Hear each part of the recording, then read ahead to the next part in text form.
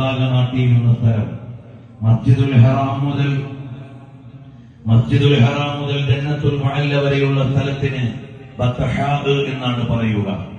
ഇന്ന് ഹറമിന്റെ മുറ്റം വികസിപ്പിച്ചപ്പോൾ അല്പം കൂടി മുന്നോട്ട് പോയാൽ മസ്ജിദുൽ ജിന്നുമാണ്.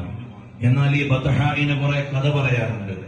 നബി സല്ലല്ലാഹു അലൈഹി വസല്ലം തങ്ങളുടെ പാദചരണങ്ങളുടെ ഓർമ്മകളേറെ അടയാളപ്പെടുത്തിയ സ്ഥലം.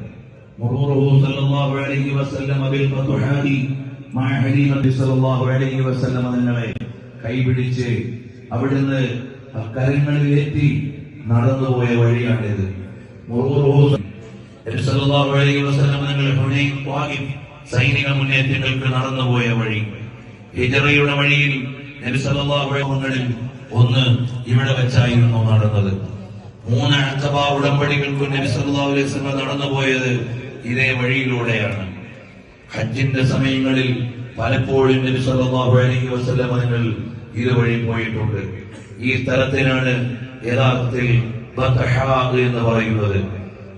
മസ്ജിദുൽ ഹറാമിന്റെ അടുത്ത് ഖദീജ ഉമർ റളിയല്ലാഹു അൻഹയുടെ വീട്ടിൽ നിന്ന് ഹസ്വറയിൽ നിന്ന് അതിനപ്പുറത്ത് ഒരു ബിൽഡിംഗ് ആണല്ലോ, ആ മിനാരത്തിന്റെയും ഈ ബിൽഡിങ്ങിന്റെ ഇടക്കൂടെ കാണുന്ന ബിൽഡിംഗ്, ആ ഭാഗത്താണ് ശരിക്കും സിദ്ദീഖ് റളിയല്ലാഹുവിന്റെ വീടുണ്ടായിരുന്നു.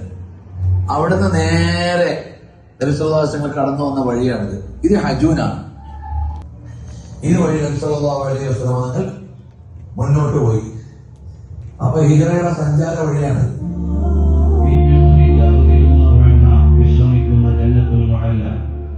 എങ്ങനെയാണ് ഇതുവഴി ഉണ്ടാകുന്നത്?